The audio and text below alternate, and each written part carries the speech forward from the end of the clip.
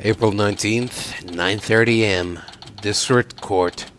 Courtroom number 4. Ooh.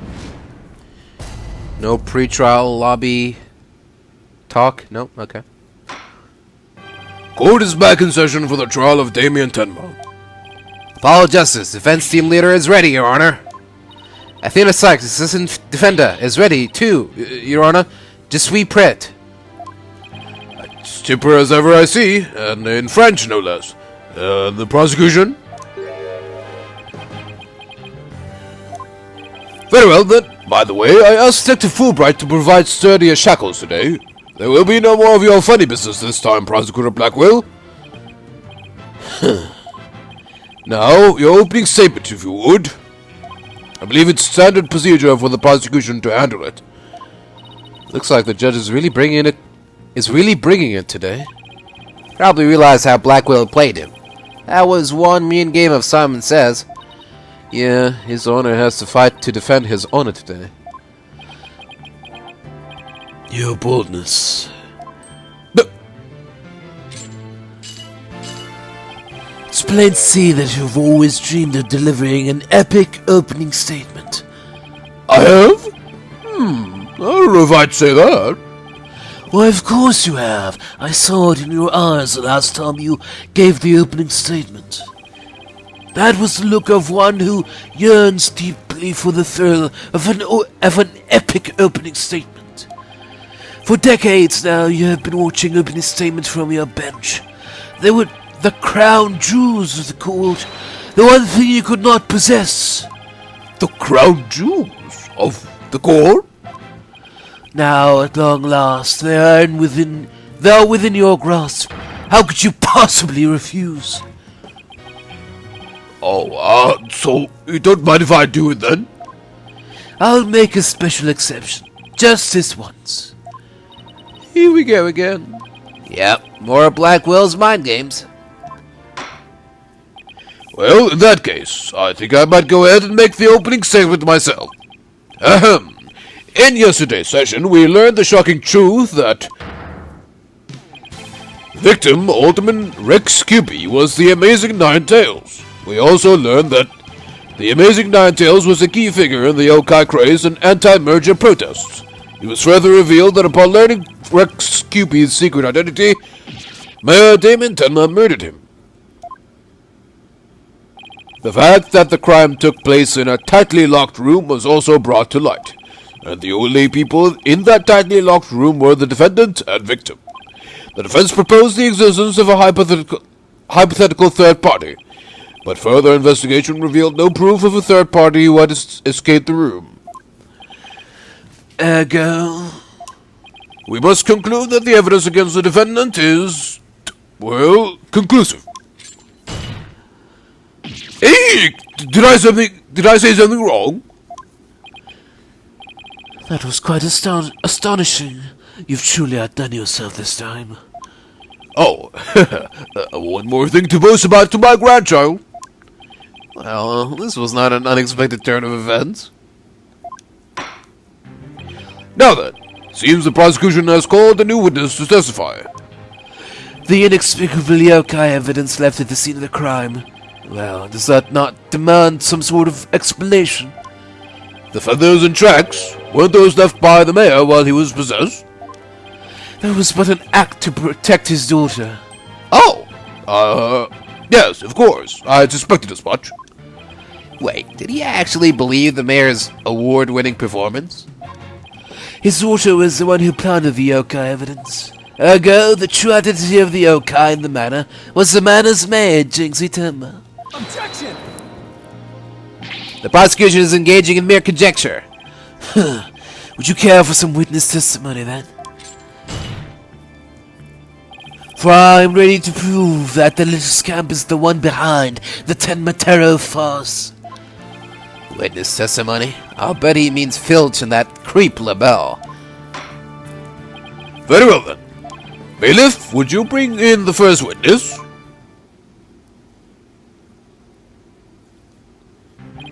Mr. Filch, you made quite the hasty exit yesterday. See that it doesn't happen again today.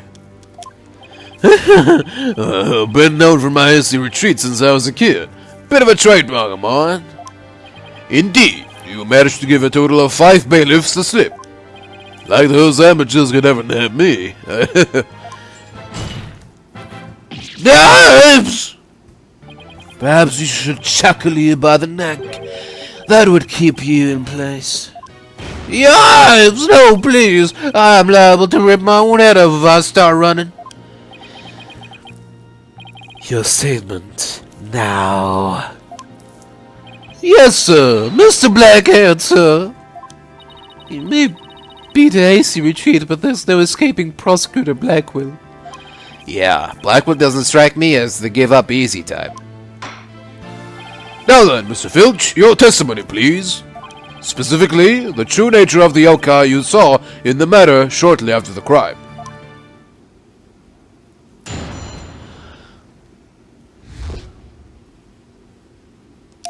Tenma is really that little maid girl, ain't no doubt about it.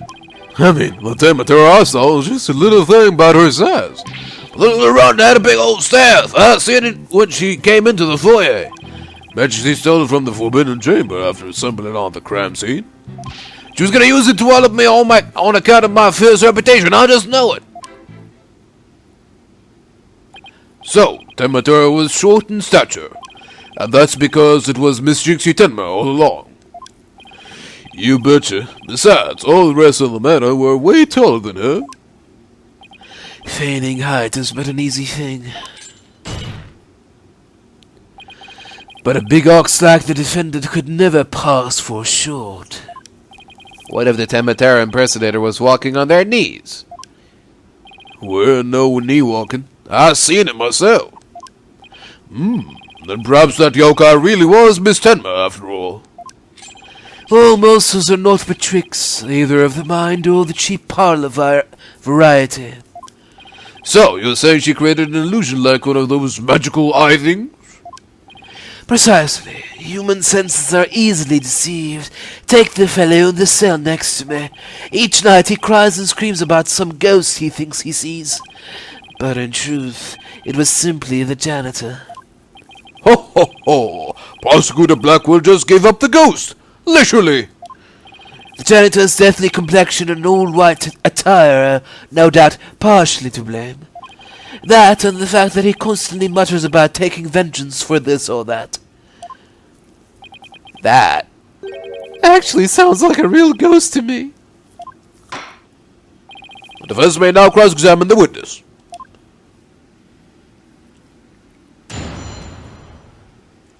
Alright, let's get to it. Tenma is really that little maid gal. Ain't no doubt about it. Mr. Filch, you and Mr. LaBelle mentioned something about a practice yesterday. Do you deny this so-called lesson was about... Do you deny this so-called lesson was about what you were supposed to say in court? No, you got it all wrong. Then could you tell the court exactly what sort of lesson it was? Oh, it was,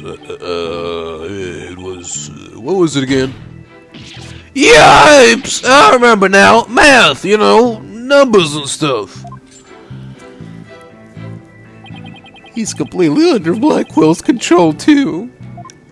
Anyway, that Tenma was that little maid gal, so what's the difference? I mean, the Tenma I saw was just a little thing about her size. I take it you got a good look at how tall the Tenma impersonator was. You betcha. I got a habit of sizing people up. I could even give you a primer on how to pull it off, all under the table, natch. I got a knack for figuring out where people's pockets are and how much money they have. I size them real good before I relieve them of their valuables. He just admitted to being a pickpocket right here in court. Does the witness hold that this Tenma entered the foyer? Darn right I do. Run out a big old staff. I seen it when she came into the foyer. Well, you're not gonna brush it all off by claiming the perp was short. Must have hit a raw nerve because you ain't that tall yourself. Lukusaki, Mr. I've got to stand on a box just to testify. Anyway, Mr. Filch, correct me if I'm wrong, but didn't you say the Tenma you saw had a staff? Cross my heart open to die. I know, 'cause it went a jangle and a jangle. And where do you suppose that staff came from? The staff, you say? Well, bet you she stole it from the Forbidden Chamber after stumbling on the crime scene. I suppose you mean to say that Jinxie Tenma entered the Forbidden Chamber to get one? Well, I ain't never seen a staff like that in the manor, so it had to be the Forbidden Chamber. Oh, really? The stench of Labelle is thick in the air today. Jinxie entered the Forbidden Chamber after the incident. Then she took the stuff and tried to cover up her actions by pretending to be Tenma Taro. I guess that's what Filch is trying to say. Could Jinxie have even entered the Forbidden Chamber if she wanted to? There is one thing I was wondering about. Why did that yokai have a staff in the first place? Well, I've got my hunches about that. She was gonna use it to wallop me on account of my fierce reputation. I just know it. Wallop you? And why would the so-called yokai want to do that? That little maid gal never did like me. She always her tails, and when I came around her, she says she sticks these weird papers on my noggin. She probably thinks of him as the dreaded Tanuki monster of Kyubi Manor or something. We need to prove that Jinxie isn't Tenma Taro, but I have no idea how we're going to do that. All we have to do is prove that it was impossible for Jinxie to turn into Tenma Taro, and that might be easier than you think. Really. Now's our chance. Our chance to expose the real Tenma Taro for all to see.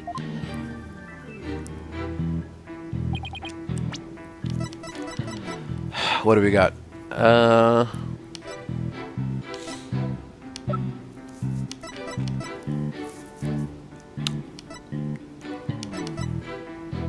Oh, I guess, yeah.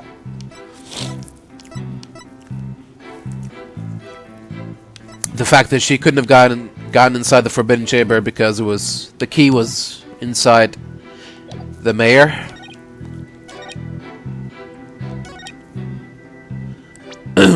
So, objection. Okay. It would seem that Tenma Taro was, in fact, not this innocent little girl. Huh? How you figure that? You claimed the Tenma Taro you saw had one of those staves from the Forbidden Chamber, but it would have been impossible for Miss Tenma to get a hold of one. Care to elaborate, Mr. Justice? The mayor swallowed this key shortly after the murder. He wanted to keep the killer out of the Forbidden Chamber. What's this? This key was deep in the mayor's stomach when Miss Tenma discovered the crime scene, so you see, it would have been impossible for her to get into the Forbidden Chamber. In short, the Tenma Taro seen holding that staff could not have been Jinxie Tenma. What?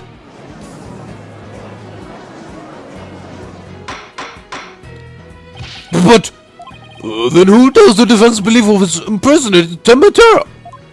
Our Tenma Taro impersonator is none other than Mayor Tenma's aide. Such accusations beg evidence. Aside from his ghastly appearance, can you prove he is the yokai we seek? Yes, in fact, I can. Very well, let's see where the defense is going with this. Mr. Justice, please show us proof as to the true identity of the Tenma Taro impersonator. Take that! We found this hand cream in the Forbidden Chamber, and we know that whoever it was Tenma Taro took one of the staves out of there.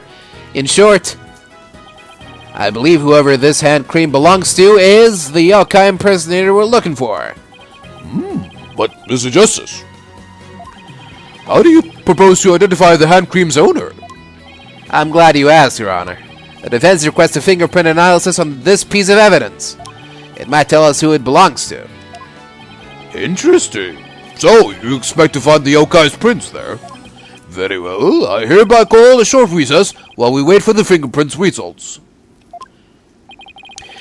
No need for that, your boldness. We have the prints of everyone at the manor that day. You called, Prosecutor Blackwheel? Could anyone be more whipped? Fulbright analyzes for prints. You have 3 minutes. Your wish is my command. Very well, then. I guess we'll just wait right here.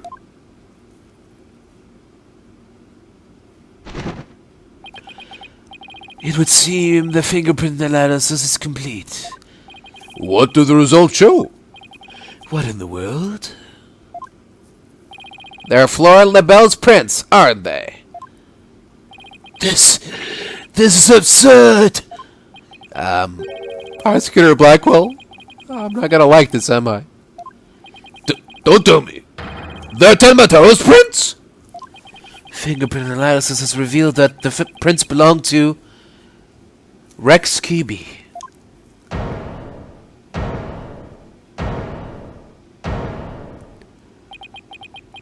Go on, say it. Oh. Phineas Filch. Objection! Wait. What? What? That Mr. LaBelle wasn't the one who entered the Forbidden Chamber? Objection! Why, you tricksy little tanuki! Explain yourself now! Sure. The prints are mine. I mean, I did pay for that hair cream from Mr. LaBelle after all. So you're the one who entered the Forbidden Chamber? So what if I did? You got a problem with it? Yipes! You fool of a tanuki!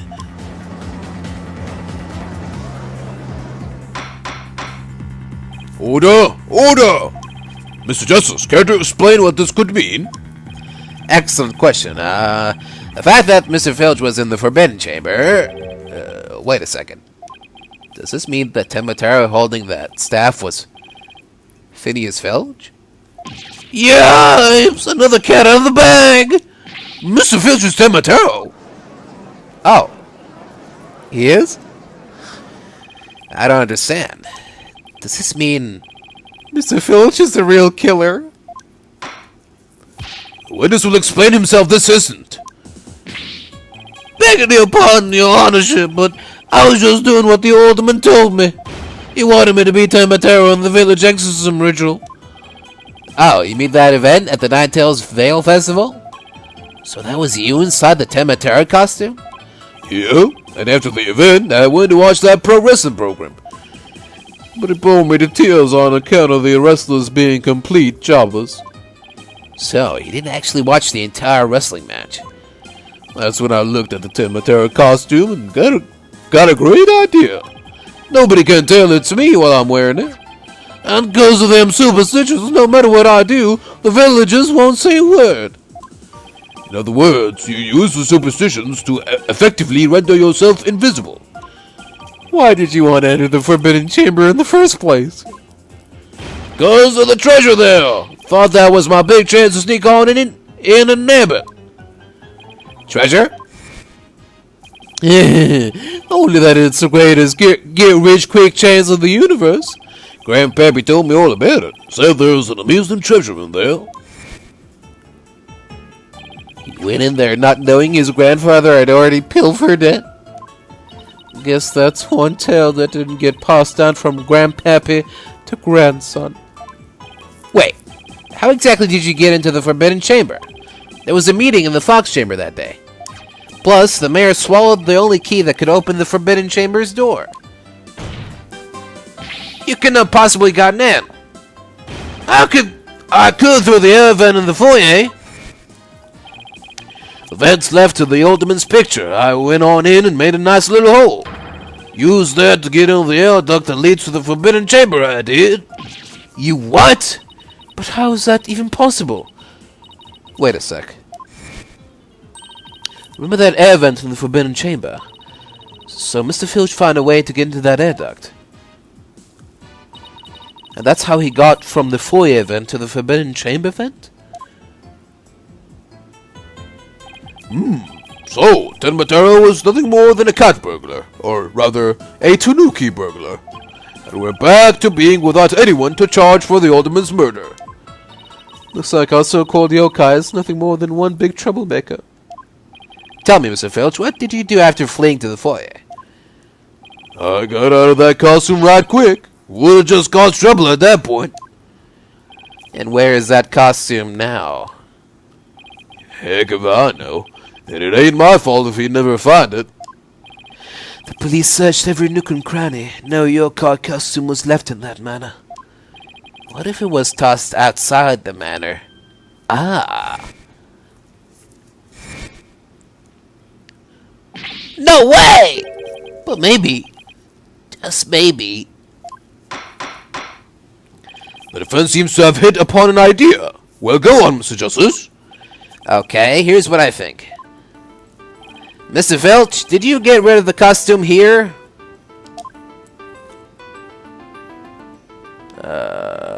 What?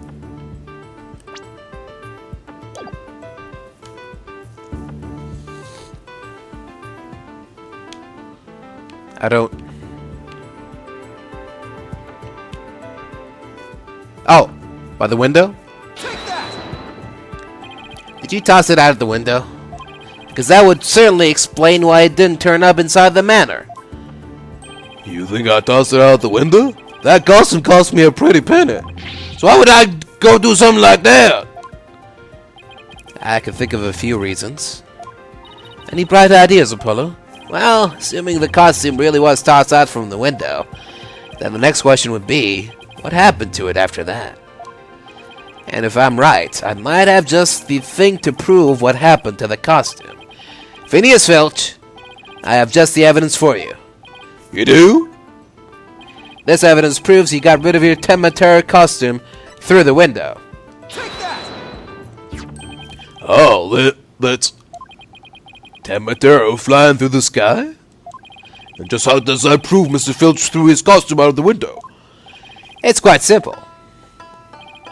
That's not Tenma Taro in the photo. It's the costume Mr. Filch threw out. Oh, that's crazy, dog. You ain't serious, are you? There is a steep cliff right outside the foyer window, meaning the manor is pretty high up. The costume flew through the air after it was tossed out. That's when the photo was taken. In other words, the photo of Tenma Taro really was a flight of fancy. What? Yikes! Okay. Oh my, so there really never was a yokai? Oh, I can't keep any of them cats back. Can I still file a claim for the lost costume? This more than proves the defense's position. Jinxie Tenma had nothing to do with staging the yokai sighting. Care to raise any objections, Prosecutor Blackwell? None whatsoever. I'll deal with that tricksy Tanuki after I've dealt with this case. We did it. Good going. Now all we have to do is make Fleur and LaBelle take the stand. Objection! Sheathing the sword a bit early, are we not? Huh? Nothing's been proven beyond a doubt. Take this tricksy little Tanuki, for instance. How do you suppose he was able to exit the Forbidden Chamber? Probably the same way he got in. Through the chamber's air vent. And what of the feathers and tracks at the scene of the crime? They would suggest that the Tanuki exited through the chamber door, not the air vent. Objection! But the Forbidden Chamber doesn't open from the inside, so what you're saying makes no sense. Right? Someone on the outside opened the door for you, isn't that right? Yep, that's right, Mr. Blackjack. The door suddenly sprang right open. Hold it! Sprang right open. Who was on the other side? Didn't get a good look on account of the sudden glare. Like how the reflection from my head blinds fellow moviegoers emerging from the dark. That's when I snatched that staff and made my daring escape. And then that little maid gal spotted me as I hightailed her down the hole. That means the Forbidden Chamber wasn't open until after the crime was discovered. But wait, we still don't know who opened it. Maybe there really was a third person in the Fox Chamber. Objection! Well, you little Tanuki, when the Forbidden Chamber opened, did you see the accused passed out there? Nope. The only one there was the alderman, and he was dead as a doornail. Huh. If the accused wasn't there, what do you suppose he was up to? Oh, I don't like where this is going. Ah, don't tell me. Plainly, the only one who could have opened the Forbidden Chamber was the accused, Tenma. Ah!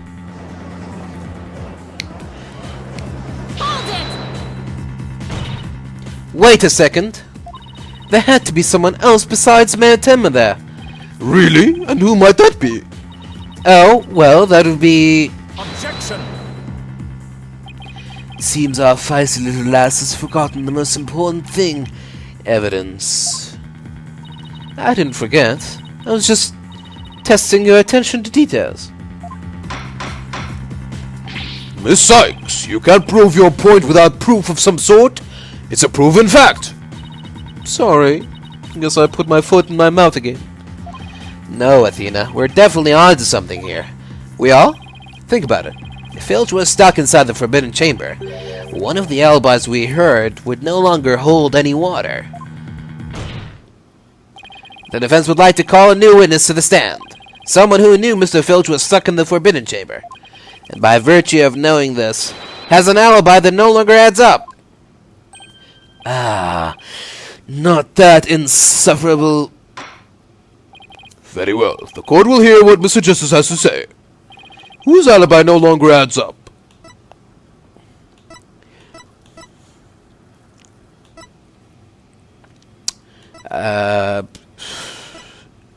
Right? Take that!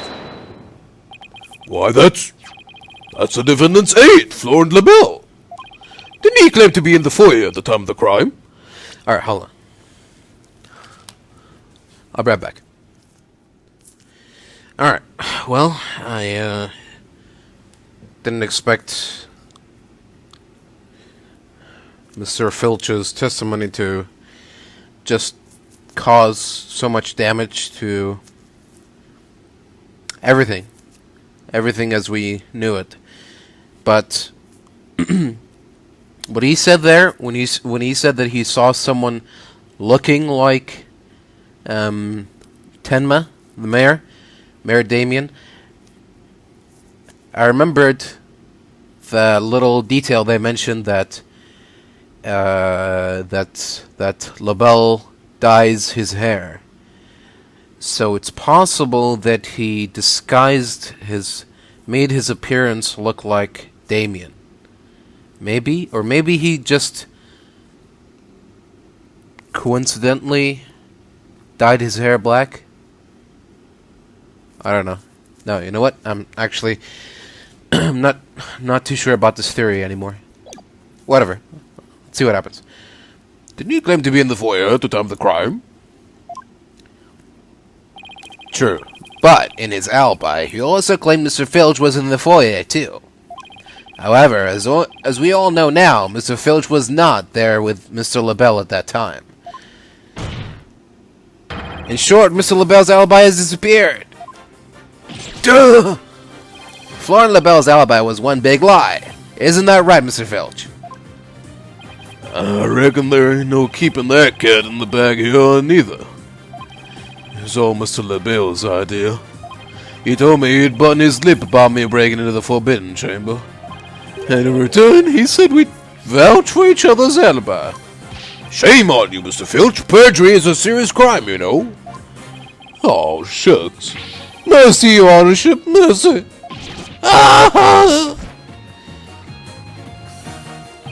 I also assert that the person who opened the Forbidden Chamber for Mr. Filch was none other than Florent LaBelle. After all, his alibi has just been proven to be a complete fabrication. I see. We will take a 20-minute recess, after which time we will see what Mr. LaBelle has to say for himself. Yes! We're finally gonna drag that slippery snake onto the stand. In the meantime, the prosecution will question Mr. LaBelle about these new allegations.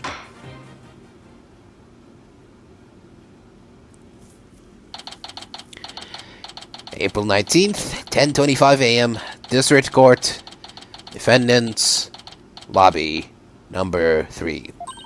We did it, Apollo. We finally dragged Mr. LaBelle into court. Yeah. Hey, why the long face? I can't help but feel I'm missing something important. Plus, Prosecutor Blackwell's bound to mount a counterattack. You really are a worrywart, aren't you? It'll be fine. That mystery figure who opened the forbidden chamber door for Mr. Filch had to have been Florent LaBelle. I know. That's not what's bugging me. I wish I could put my finger on it, though. At any rate, the big showdown with Mr. LaBelle is up next, so chin up, Apollo.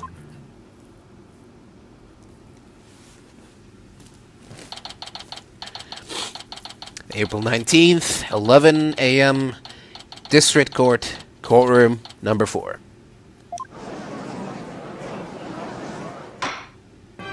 Court is back in session. Our next witness is... Yes, I'm acting on behalf of the mayor in this very important matter. It seems the witness is predisposed at the moment. Surely you jest. I will hold to your promise, remember that. Oh, my deepest apologies. This is Florent LaBelle, personal aide to Mayor Tenma.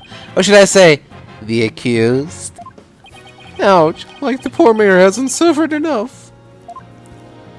Well, what business do you have with me? I'm a very busy man, so let's make this as brief as possible. Your boldness. Your boldness. Ah, right. Mr. Filch's testimony has revealed a hole in your alibi, and for this reason, you are suspected of having some sort of connection with the case at hand. To think I'd be associated with this entirely lurid affair. Well, I'm not, so may I go now? I have very important matters to attend to. Objection! I don't think so, Mr. LaBelle. Do you realize what a serious crime you've committed? Witness, you are being accused of perjury. This is your chance to clear the air. Fine. The truth is, I faked my alibi for a very good reason. The mayor was obviously the killer, so I created a fake alibi to confuse the matter. You see, as his personal aide, I felt I had to protect him. Sorry. You think this is funny? Without your alibi, you're a suspect too.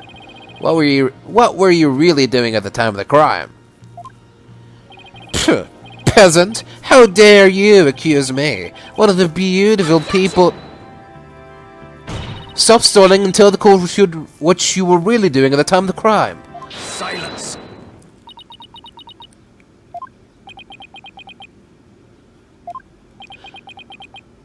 Enough jabbering. Swords have been drawn. The time for talk is past.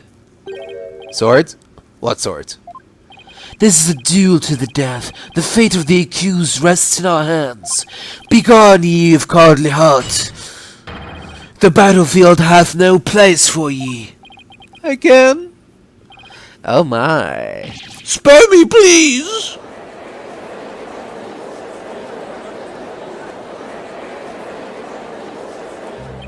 So much for sturdier shackles. Those chains had hindered my vow that heads would roll this day.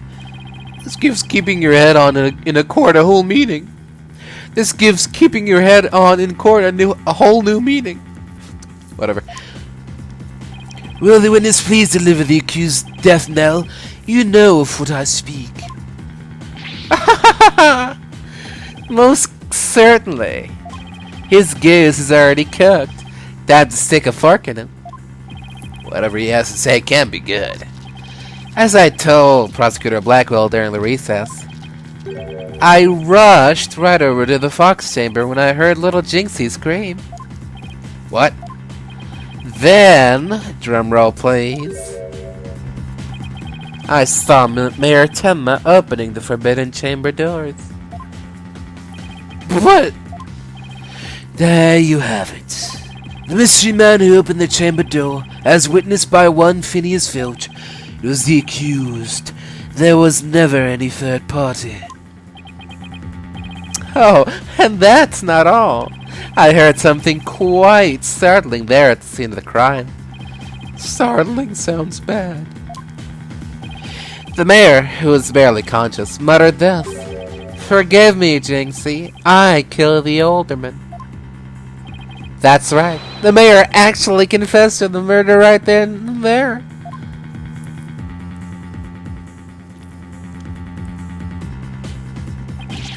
He confessed?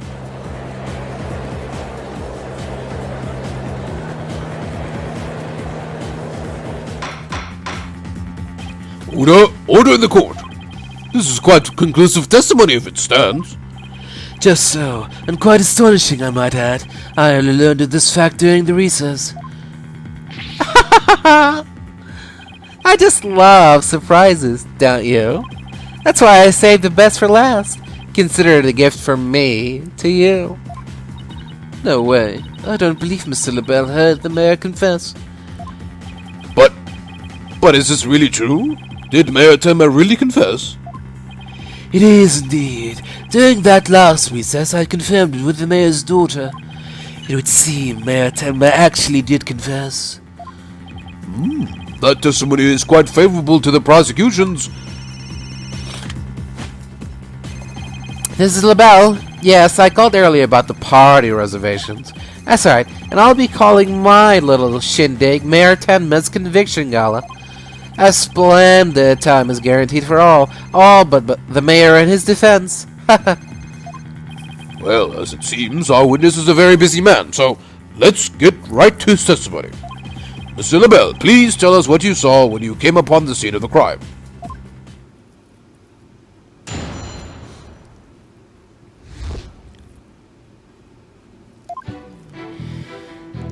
I was in the hallway, hiding in the shadows. That's when I heard the confession.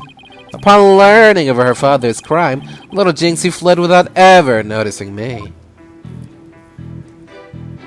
Immediately after that, the mayor came too, stood up and opened the Forbidden Chamber. As I ran in terror, the demon emerged from his prison. In shock, I fled down the hallway to my right, to the one with the phone at the end.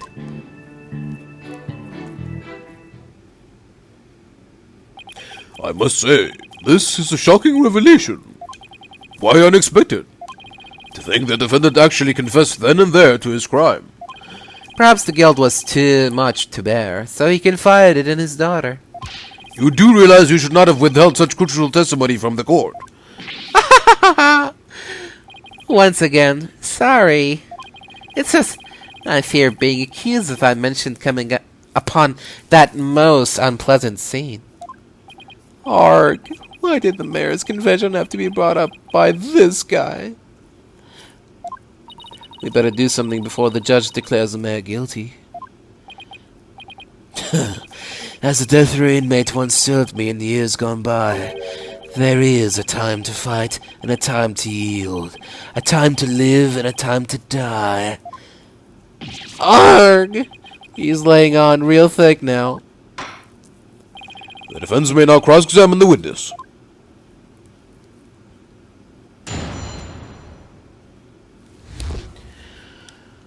Okay, hold on. Do we have her testimony still? Her statement? What does it say? They passed each other at a bend in the hall as he made for the foyer.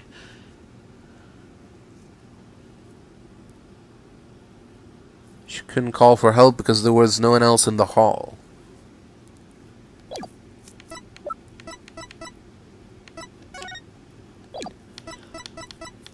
Yeah, There you go. There was no one else in the hall, so that should do it, right? Yep. I was in the hallway, hiding in the shadows. That's when I heard the confession. Hold it! You claim that the mayor confessed to his daughter? Are you sure about that? Peasant! You wouldn't dare ask such a question if you truly understood. True beauty is never wrong. It's not? No, beauty is carved deep in the DNA. That means I'm programmed to always be right, even when I'm wrong. I'm not following. These exquisite ears like flowers of bloom. These eyes that shine like pearls. This hair like the finest silk. Nothing can corrupt the truth they hold. Right. The witness will hurry up and explain this truth of his. Specifically, what did Jinxie Tenma do upon hearing the confession? Upon learning of her father's crime, little Jinxie fled without ever noticing me. Hold it! How did Miss Tenma appear to you? Oh, the poor little thing seemed positively heartbroken, all teary-eyed and whatnot. I couldn't help but shed a few tears myself after seeing her like that. You actually sympathize with Jinxie. Seems like an overly human emotion for him. Yeah, because he's the only real monster we've seen so far, in looks and in character. The next thing I did was check my face in the mirror. Checked your face? Why? To behold the beauty that is my sadness, why else? Apollo, I'm starting to lose all faith in humanity. I know the feeling, but hang in there. At least keep faith in our client. Let's keep this moving, shall we? So what happened next? Immediately after that, the mayor came to, stood up, and opened the forbidden chamber. Hold it! He opened the forbidden chamber. But why would he do that? Who knows? Maybe he wanted to free the demon, Tenma Taro. Objection! The courtroom is no place for fairy tales. Remember, you are under oath. Hello, LaBelle speaking. Yes, I will certainly explore the matter. Toodles! Now, where were we again? You were going to tell us the real reason why the mayor opened the forbidden chamber? Oh, yes, of course. Hello, this is LaBelle. Good one, sir. You're an absolute riot. Okay, bye. You're saying? Never mind. This is a waste of time. He's just gonna tell more lies. Witness will focus on his testimony, not his phone calls. Now, tell the court what you did after you saw the mayor open the forbidden chamber. Well, after that, as I ran in terror, the demon emerged from his prison. Hold it! What was Mr. Filch like at the time? He was shouting, I can't see! I can't see! It's the curse of Tenma Taro! Then he took off running like a madman. He must have been blinded by the sudden light flooding in. Wrong. What? He set eyes upon me, and was thus blinded by my radiant beauty. So, it was the curse of Flora and LaBelle, rather than Tenma Taro? Yes, I'm afraid such beauty can be a curse. It's almost criminal. The only thing criminal here is your ceaseless jabbering. Now get on with your testimony. Oh, forgive me, Your Darkness. Let's see. Oh yes, I fled for dear life from Tenma Taro, and in shock, I fled down the hallway to my right, to the one with the phone at the end. Hold it! So, after you fled into the hallway with the phone at the end, Tenma Taro ran off toward the foyer. Precisely. Notice any inconsistencies, Apollo? Well, Jinxie also saw Tenma Taro, right? She did. She said they passed each other in the hall after she made that call to the police. Well, if LaBelle had fled down the hall where that phone is, Jinxie would have seen him when she was returning from making her call. Oh, right. And if she saw him, she would have definitely asked him for help. Right. Just doesn't make any sense. Time to review the evidence. If we don't find some way to poke a hole in his testimony, yeah, Tenma is as good as guilty. This is bad, very bad. We need to find an inconsistency, a mistake, some kind of conflict. It's all over if we can't find a flaw in the prosecution's case. Alright. Should be straightforward enough. Objection! Florian LaBelle, you're lying about having witnessed these events from the hallway. What on earth do you mean? Yeah, scared to fill the rest of us in, Mr. Justice? If Mr. LaBelle had really fled down into the hall with the phone in it, he would have crossed paths with Miss Tenma. What's this? After she discovered the crime scene, she immediately went to call the police. Then after making her call, she went back to the main hallway, whereupon she encountered the demon, Yokai, or whatever you want to call it. As for me, I call it Phineas Filch in a Tenma Taro costume. The encounter happened right here, where the hallways meet. As for Mr. LaBelle, if he had fled here, feigning escape from the Yokai imposter... Why, yes, the two would have crossed paths. Right, except Miss Tenma told us that there was no one else in the hall. In short, Miss Tenma did not see you in the hall because you were never really there. My eyes! My beautiful eyes! Not such a fabulous scent now, is it? But, Mr. Justice, the witness also stated that he heard the mayor confess. If he was lying about hearing the confession from the hall, then where was he when he heard it? Inside the Fox chamber. Where else? But isn't that within the very crime scene? It is, Your Honor. And that means he's not really a witness. Rather, he's the third party I've been alleging this whole time. What? You think I'm the killer? How dare you? Silence! Foolish fop, a true man knows when he is beaten.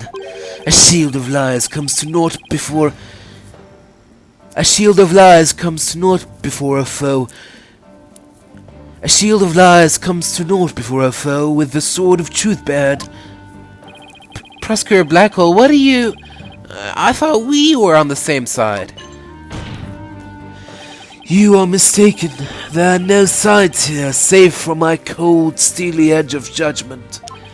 You are alone upon this battlefield, with naught but your lies and sickly sweet perfume.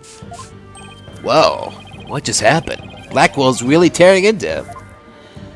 You heard the mayor's confession from the inside, did you not, you deviant dandy? For the sole location from which you could have seen and heard the mayor and the Tanuki, without either of them noticing you were right there in the Fox chamber. Oh my. So that's how it's gonna be? Fine. I'll come clean then. Seriously? You admit to being there in the Fox chamber? I do. I did enter the room after the murder. But I was afraid of being falsely accused, so I lied about it. I feel terrible about lying like that, but it's a verbal cologne I use to protect myself.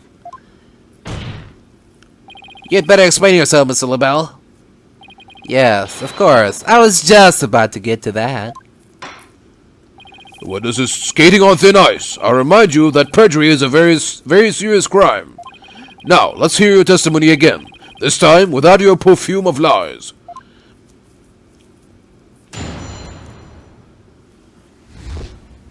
Okay.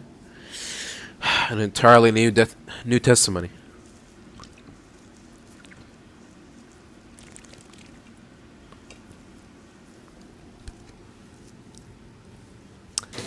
I wonder what it'll be.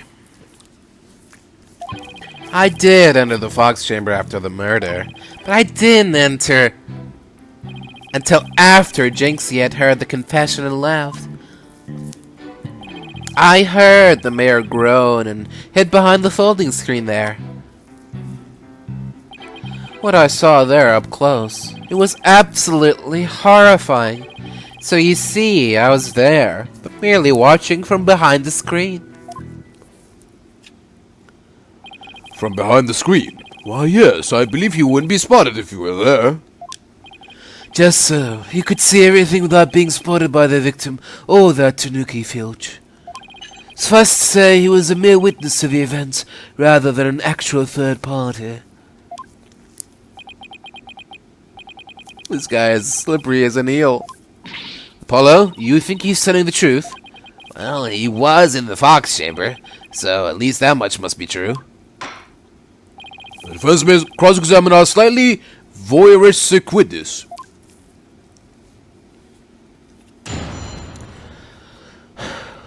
Look at you, Judge. With your fancy words. I did enter the Fox chamber after the murder. Hold it! Why in the world would you enter that grisly crime scene?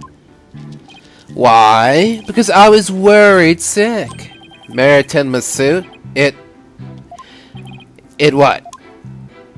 It was designed personally by me. I was worried my work of art might get blood on it. This man clearly has his priorities in order.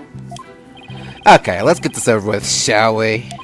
Now, where was I? Oh, yes. So I entered the Fox chamber almost without thinking. But I didn't enter until after Jinxie had heard the confession and left. Hold it! Why didn't you enter right away? And ruin my designer shoes? Your shoes?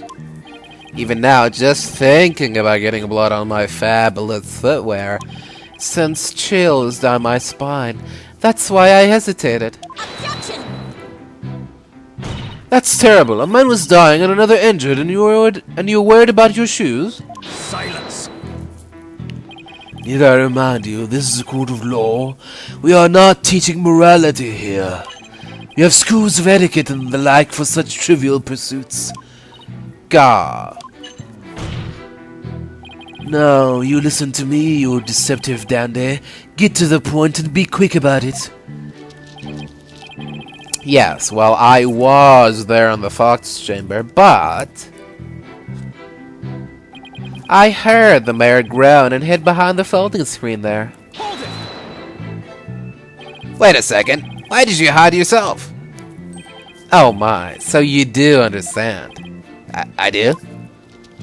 By hiding, I was concealing my fabulous beauty, which, for the sake of the universe, is something I should never ever do. That's what you were thinking, right? Sensing a black hole of egocentricity forming around the witness stand. We can deliberate his mental process another time. Get on with the testimony, now!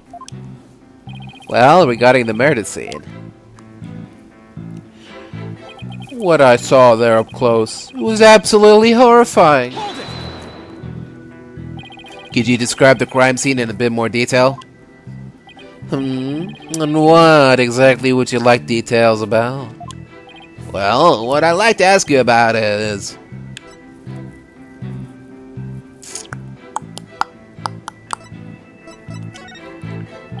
what do you remember about the Yokai feathers and tracks?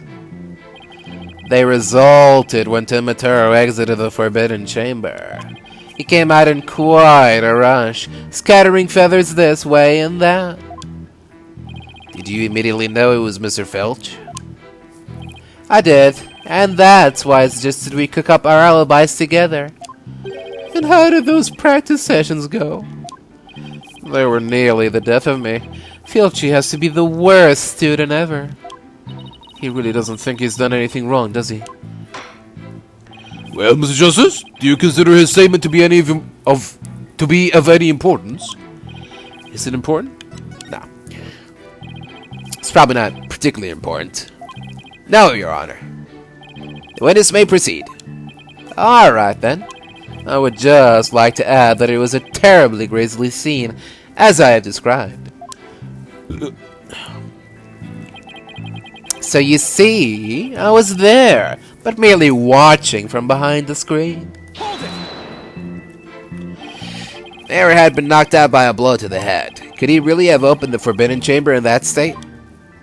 Well, it did seem difficult. He was all woozy and stumbling around as he opened it. It was such a heroic effort that I nearly started to cheer him on despite myself. I think the mayor needed medical attention more than a cheerleader. You think he's saying the truth about being there in that room? Well, I believe he was there. The question is, when did he enter? You mean, did he enter after Jinxie fled? Or was he there before the murder? If it's the latter, that would change everything. Right. If he was there before the murder, that would make him a suspect. But how do we go about proving that? Well, I guess we ask him about what happened there. Anyway, let's press him and see what kind of info we can extract from him. Let's cross our fingers that he says will reveal something incriminating. Yeah, that's all we can hope for. Hold it! Alright. Let's ask him about murder weapon. Can you describe the state of the weapons that have been used at this? Is it broken or not? Yeah, if he says that the cup is not broken. Okay, let's see. Can you describe the state of the weapons that have been used at the scene? The spear had been thrust all the way through Alderman Kibe. Then there was that statue the Alderman used to bludgeon Mayor Tenma. That incredibly inspiring symbol had fallen to the floor. Oh, right, the statue. Why would he find it inspiring? Why exactly did you find the statue inspiring? Well, when I saw that statue, I felt as if the merger had been realized. It was like a celebration of union between town and village, an inspiring symbol of goodwill. A broken statue next to a bloody corpse? Real inspiring. Well, Mr. Justice, do you consider his statement to be of any importance? Is it important? I believe that to be extremely important. I request that it be added to the testimony. A statue had fallen to the floor. It was a token of goodwill celebrating the municipal merger. A token of goodwill?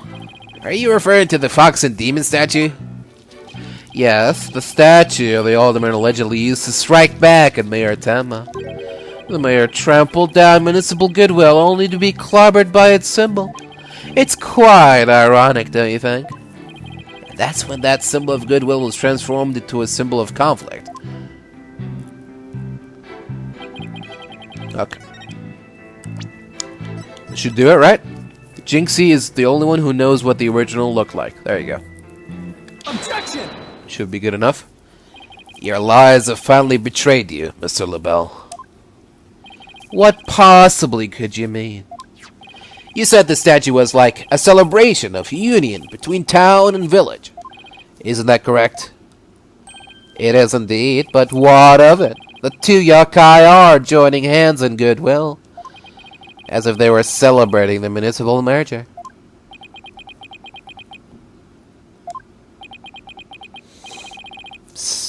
Something the matter? So, how did you really know that this statue was meant to be a symbol of goodwill again? What? Justice Dono, explain yourself and make it quick. The statue was meant to symbolize goodwill in its original form, but that was a secret. A secret? Whatever do you mean? What I mean is that it broke when someone used it to strike Mayor Tenma on the head. What's left clearly makes it look like the two Yokai are battling it out. Eep! Statue's secret and its true form were lost inside that locked room. For Miss Tenma is the only living soul who should know what it once looked like. So, Mr. LaBelle, where could you have possibly seen the statue in its original form? What do you mean, where? The only possible answer is this. You saw the statue in its original form right there in the room where the alderman was murdered before it was broken. How dare you? Mr. Justice, are you accusing the witness with some sort of crime? Yes. Yes, I am. Florent LaBelle, I accuse you of the murder of Alderman Rex Cuby. Ah!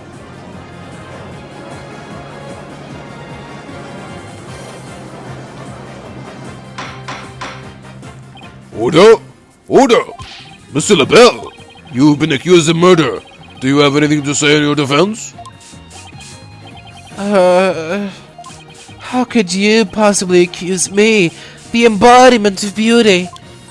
Way to go, Apollo. This is the conclusive evidence we needed. Magnifico. We've got you now. We know you killed the Alderman. Now admit it.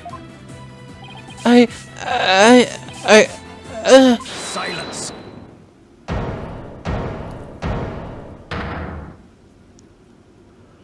Enough of your silly games, Justice Turner. This prancing peacock could not possibly be the killer. Objection.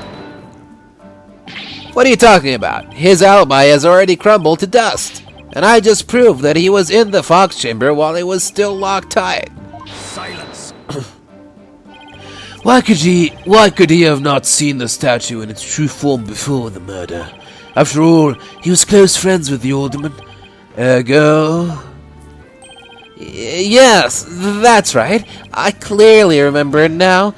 Alderman QB told me about it. About what the statue actually looked like.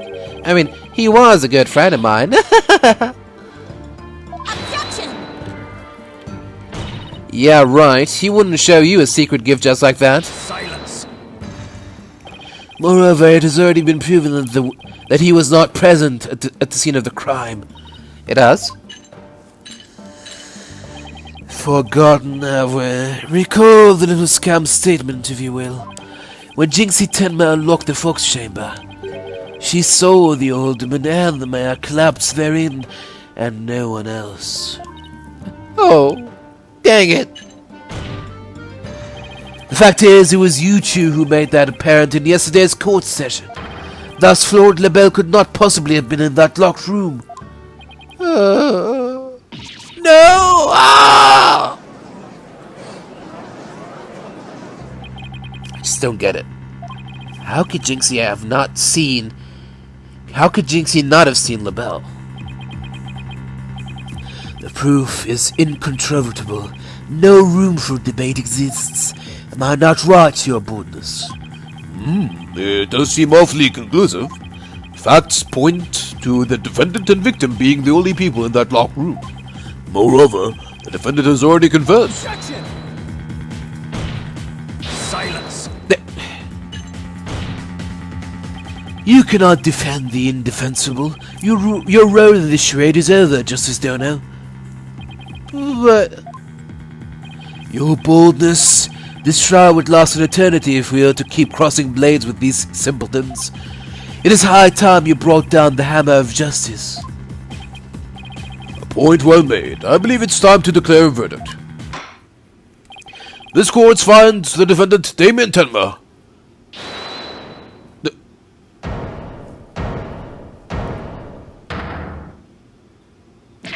It would seem that my time is at hand. Mayor Tenma? Counselor, there's a matter to which I must testify. I recall it now for your good graces. Counselor? Oh, right, he must be me. Does he finally remember what happened before the blow to his head? Bailiff, don't just stand there, seize him. It's no good. I can't resist him. Know me in despair, for I am Tenma Taro, Demon Lord of the Yokai.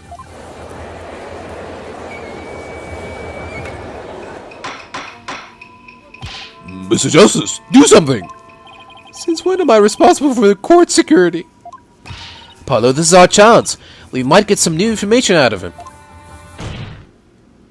Your Honor, seeing as our client has something new to say, I believe due process demands that we hear him out, even if he is a yokai. When you put it that way...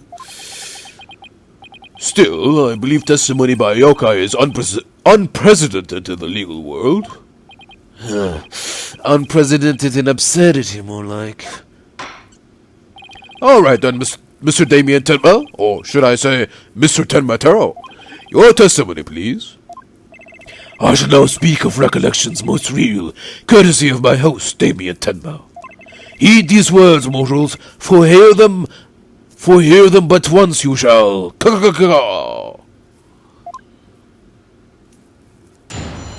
Okay. Threatening everyone in court. Good.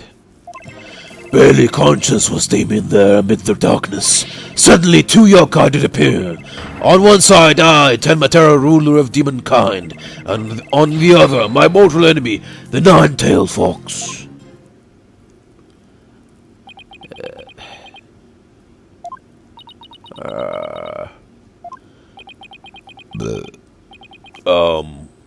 So is the defendant asserting that the room he was in was very dark at the time? Strange as it may be, yes, indeed. All was in darkness. And the part about Tenma Taro, the nine-tailed fox, being there? Yes, that too. Tenma Taro towered overhead, and the nine-tailed fox glittered gold. Ah! I call animal abuse, Your Honor! It would seem the defendant's recollections are not to be trusted. Yes, well, truth be told, my host's recollections are still a bit fuzzy. As if half-dreamt that happening lingers in his mind. Apollo, maybe I can help you. Really? Oh, you mean... Yeah, I can hear it. The discord in his heart. I sense an unusual emotion in the mayor's memory of the event. Okay, I just hope our findings don't come back to haunt us. Again.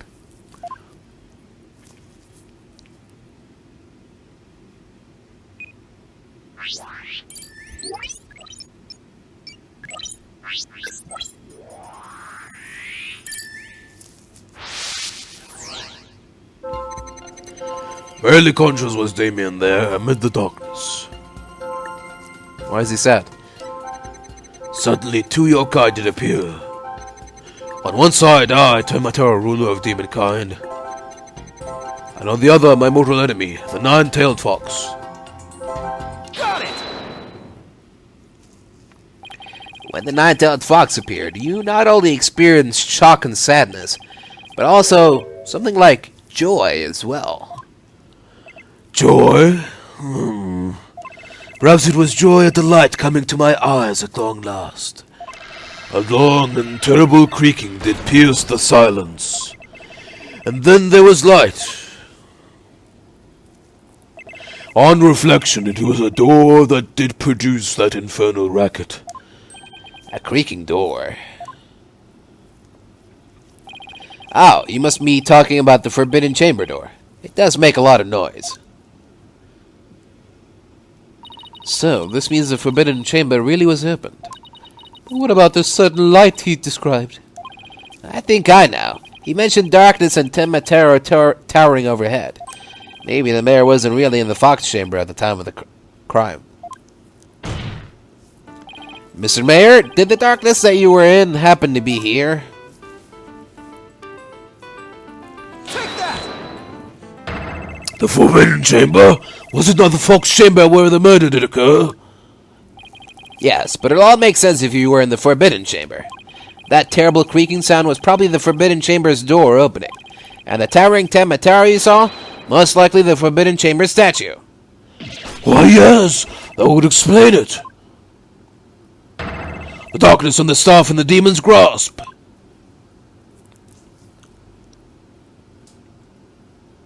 But even if all that's true, then what about the nine-tailed fox? Maybe he was seeing things, just like Jinxie and her imaginary yokai. Fantastico, Apollo. It's entirely possible. In a groggy, dreamlike state, people can misremember things and events. Misremember, you say? Let me think. I do believe... I remember now. That was not the nine-tailed fox. It was... the amazing Nine Tails! What? The amazing nine tails? At first, this is but a dream, I thought. Now, however, most clearly do I recall it. 'Twas the amazing Nine Tails who did open the Forbidden Chamber's door. What? I'm sorry I asked. The amazing nine tails? But that was the victim, Alderman Kyubi, right? Yeah, why would he open the Forbidden Chamber? Was he trying to keep it sealed? Never mind that, this is completely new information. Let me enter it and run an update.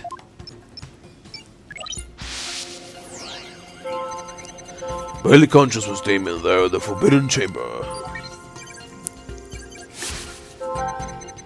Amid the darkness, a mighty statue of Tenma Taro loomed overhead. Suddenly, the door did open, and a shaft of light did pierce the gloom. The amazing Nine-Tails had come to the rescue.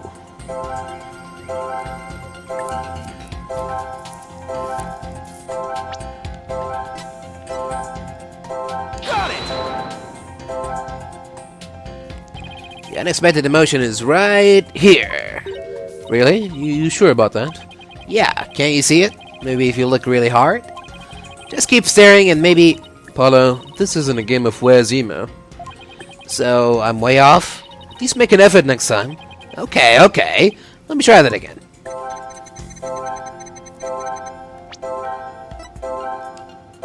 Got it! When the amazing Nine-Tails opened the chamber, banishing the darkness within, you felt joy, but didn't you also feel shock and sadness?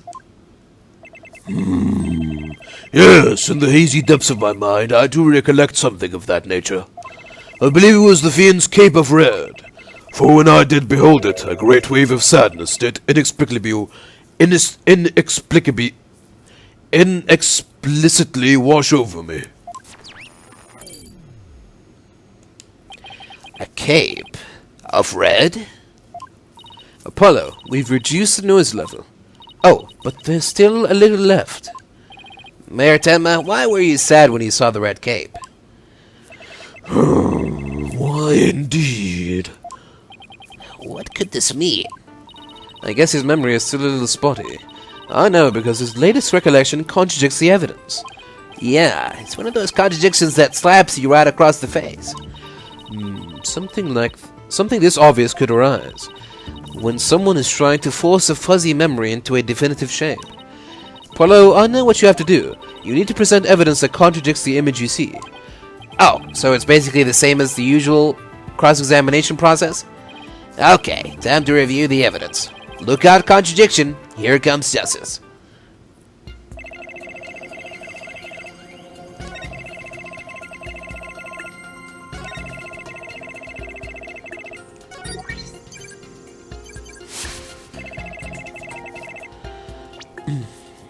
His cape is not red, it's like orange or something.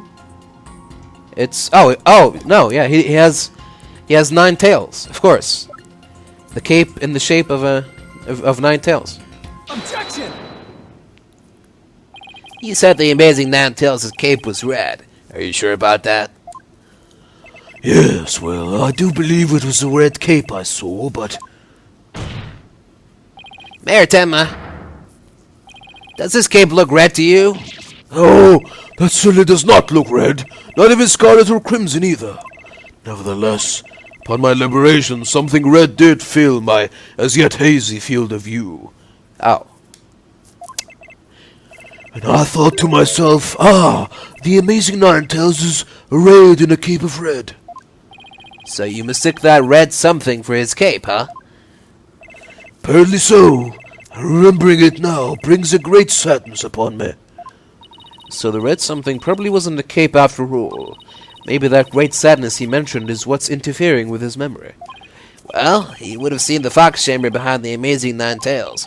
What red object could he have seen there that would have been that shocking? I know. Could it have been... Mr. Mayor, what's the red thing you saw?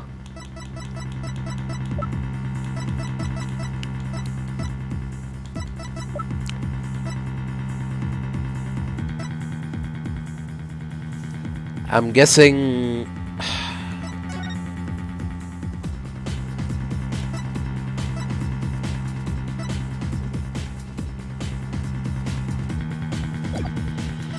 I'm guessing the blood on his forehead, or statue.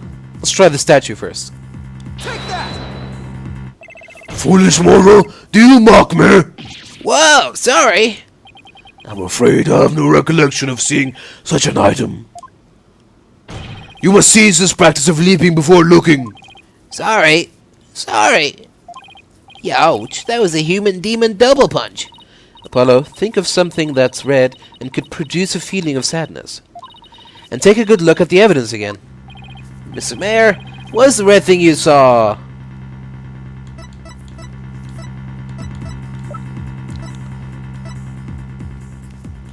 This... something red that could produce a deep sadness. Could it be, Mr. Tenma, that what you saw was the Alderman's blood? Blood? Why, yes, it was blood. Ah! Ooh, ah! It's all coming back to me now. It was in Red Cave that I saw. He was lying behind the amazing Nine Tails, the Alderman's bloody body. Eek! What? What do you mean lying but... What?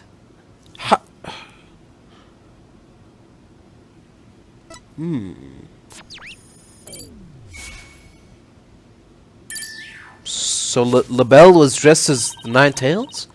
His noise level is down to 0. I think he's remembered everything now. Does this mean the amazing Nine Tails killed Alderman QB? But the Alderman was the amazing Nine Tails, so how exactly would that work? Hey, I asked you first. Well, Mr. Justice, you sure know how to make a complicated matter even more complicated. True, but at the time of the crime, our client was in the Forbidden Chamber. Moreover... Silence. Hoy, don't you think this strange? The little scamp has already confirmed her father to be in the Fox Chamber, but she said naught about seeing the amazing Nine Tails there. Ah, you just had to bring that up, didn't you? Jinxie didn't see LaBelle there either. It's so weird. Who really was in that room then? Would the defense care to share any theories with the court? Can you explain the inconsistency between the defendant's testimony and his daughter's? Sure. Yes, of course, I can explain it. Because if I don't, we're in serious trouble. Not with more of your bluffs and fairy tales, I trust. Fair warning, Justice Dono, I shall have your head if you fail to explain this. Eep. What about a good old-fashioned penalty? Well, Mr. Justice, let's see if you have a head worth keeping on your shoulders. First of all, Mr. LaBelle was definitely in the Fox Chamber while it was locked. We also know that Mayor Tenma was in the Forbidden Chamber based on his testimony. These two facts are crucial to my explanation. So, let us consider the following question. If the facts point to Florent LaBelle and the victim being there at the scene, why did Jinxie Tenma see the victim and her father, Mayor Tenma? A very good question indeed, and I suppose you have an answer for us? Sadly, you would be supposing wrong. You think she could have mistaken LaBelle for the mayor? Well, if she did, the question is, why did she do that? Well, how about that explanation, Mr. Justice? I believe the time for questions is over. The defense asserts that Florent LaBelle was at the scene of the crime. However, Jinxie Tenma has testified that she saw her father collapse there. She has, in fact, misremembered the event. What could have made her do so?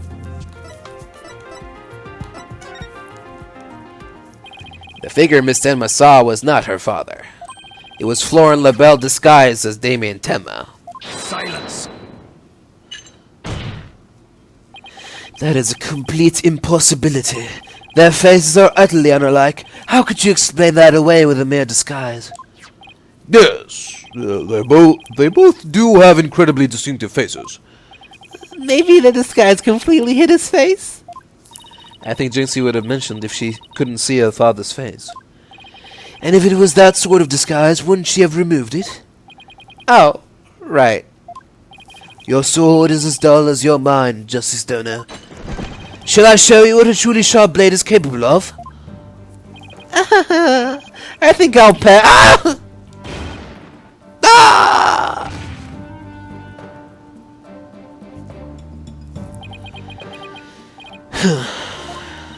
Are you okay, Apollo? I'm not fine, am I? Well, now that we have that little fairy tale out of the way, your boldness, your verdict, if you will. Mr. Justice, I believe it's time for a verdict if you have no further arguments. What's even left for me to do? Apollo, remember what Mr. Wright always says? When you're stuck in a tight spot, turn the case upside down. Turn the case upside down? He does say that, doesn't he? But I don't quite see how it applies here. Still, never hurts to give it a try, I guess. Let's see. Rather than Jinxie didn't remove the disguise, maybe she couldn't remove it. And rather than she didn't tell anyone about the disguise, maybe it was she couldn't talk about it. A Restor's mask is more precious than his own life. He'd never unmask himself in front of others. But there are matches where wrestlers battle for the right to remove each other's masks. To have your mask torn off is the worst humiliation a wrestler could suffer. That's why their masks are more important to them than life itself. And what about the fact that it was the Amazing Nine Tails who opened the door? A mask that can't be removed in front of others. Can these facts turn things around?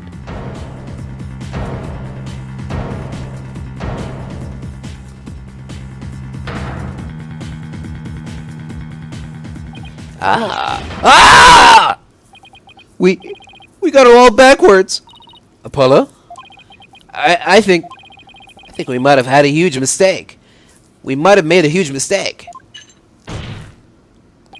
Your boldness, I see no need to further indulge them in their silly little farce. The defense has no proof. They never did and they never will. Then it seems I must announce my verdict. Objection! I do have proof. Do now. Alright, but this better be good, Mr. Justice. We can solve the remaining riddles by turning all of our assumptions upside down. Why Jinxie Tenma mistook Mr. LaBelle for her father. Why she couldn't remove the costume or tell anyone about it in the first place. These riddles are inextricably linked to the Mayor Tenma's secret identity. A shocking secret identity that will turn the entire premise of this case upside down. This piece of evidence clearly reveals Mayor Tenma's secret identity.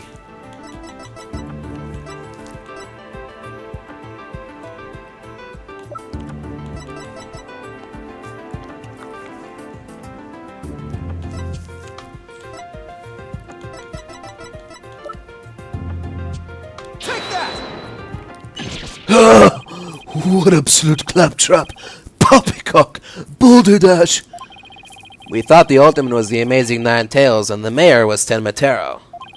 That's why we believe the Mayor killed the Ultimate in his lust for Nine Tails' veil. It was the basis for the prosecution's entire case against our client. However, we got the whole thing backwards. Mayor Tenma wasn't Tenma Taro at all. He was the Amazing Nine Tails.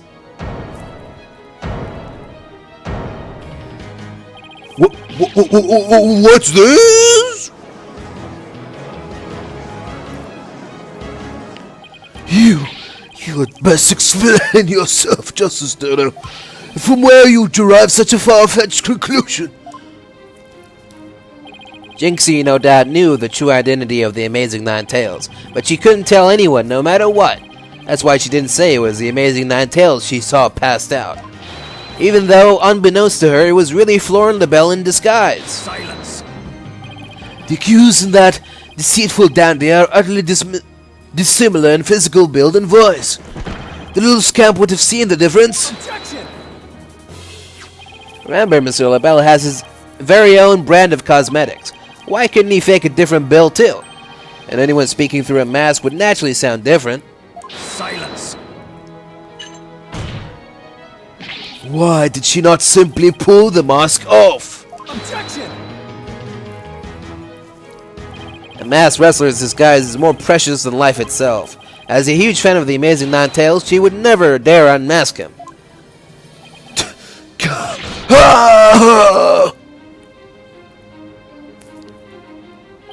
This case of mistaken identity also explains the riddle of the locked room.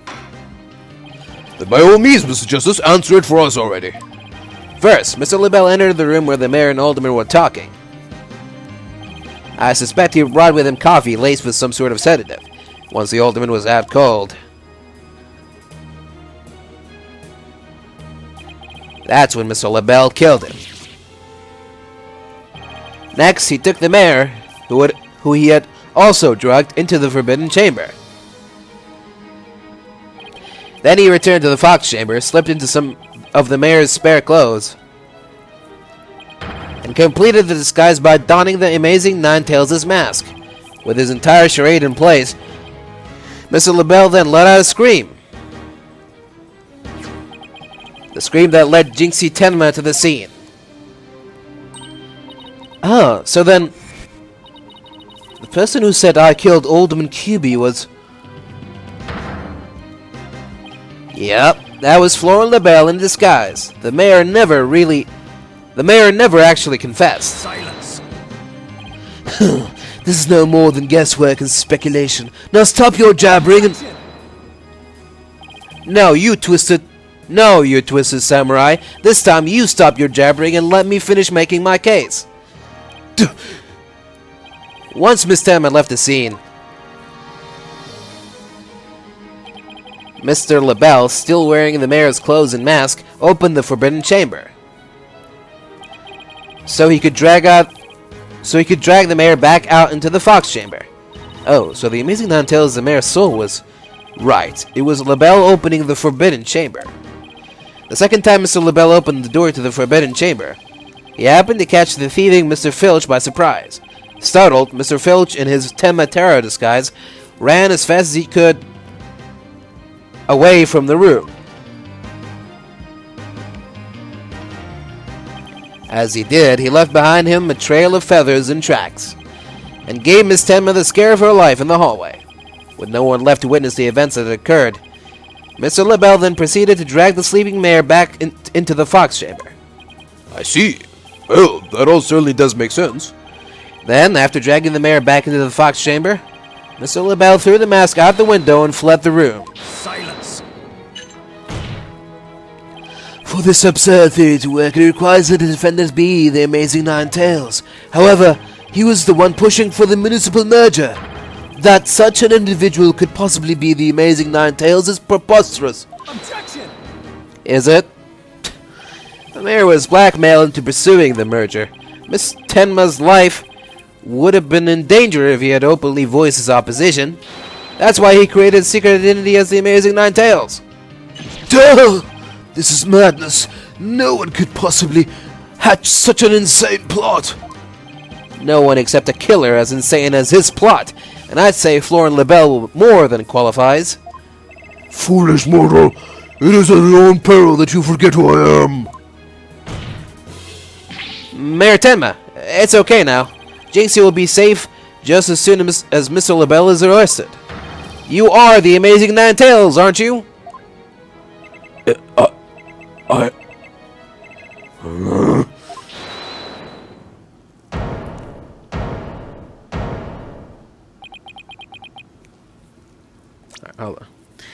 We'll see who just objected. After I take a quick break, I'll be right back. Alright, so turns out we weren't just wrong about who the Tenma Taro costume, who was inside the Tenma Taro costume, but we were also wrong about who was the amazing Ninetales as well. Unbelievable.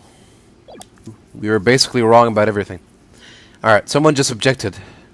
It's probably, well, not objection, but someone said hold it. It's probably Jinxie. Oh, no. You have quite the active imagination. Mayor Tenma is not the amazing Ninetales. Objection. What do you mean? Well, has the mayor admitted to it yet? That's just... And even if he did admit such nonsense, I would reveal the truth behind Tenma Taro right here and now. What? Why, you dare reveal a secret? My good friend, the alderman, told me all about it. But it wouldn't be good to expose the truth. Well, with the superstitions now, would it? The truth behind Tenma Taro? What's he talking about? So go ahead, say it. Say I am the Amazing Nine Tails. I dare you. Objection! Wait. Will somebody please explain what's going on here? Mayor Tenma will do anything to keep the truth behind Tenma Taro a secret. A dark, terrible truth that has been kept secret by the village superstitions. And if the mayor admits to being the Amazing Nine Tails, you'll expose the truth? Right. I won't have him walking free because of some nonsense he made up. So what now, Justice Dono? Without the mayor's admission, your theory is as useless as you're in battle. I'll show you who's useless. Polo, don't you dare give up now. I know. Your Honor, I believe Mr. LaBelle's statements warrant a thorough cross-examination. After all, the true identity of the Amazing Nine Tails is the cornerstone of this case. You do have a point there. Please answer this court, Mr. LaBelle. Is the defendant the Amazing Nine Tails or not?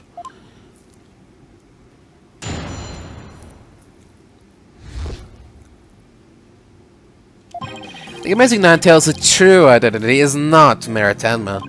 The mayor would never admit to such utter nonsense. But if he did admit to such nonsense, I will expose the truth behind Tenma Taro right here and now. And that would bring ruin upon Nine Tails Vale, just as the superstitions say. Talk about out of the pot and into the fire. At this rate, the mayor will be found guilty for sure. Honestly speaking, if Mayor Damien Tenma is not the Amazing Nine Tails, I'm afraid I don't see how the defense has much of a case here. And let's just leave it at that, shall we? We all know Alderman Kiwi was the Amazing Nine Tails anyway. I mean, that's how Nine Tails Vale made a comeback. The Alderman was so popular. There is gotta be a hole in that testimony somewhere. But I don't even know where to start. Since we don't have any proof that the mayor is the Amazing Nine Tails, then we'll just have to get him to admit it himself. But if he admits it, LaBelle is gonna expose the secret behind Tenma Taro.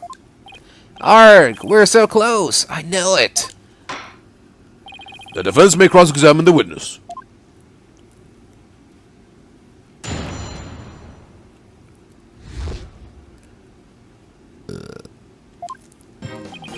The Amazing Nine Tails' true identity is not Mayor Tenma. Hold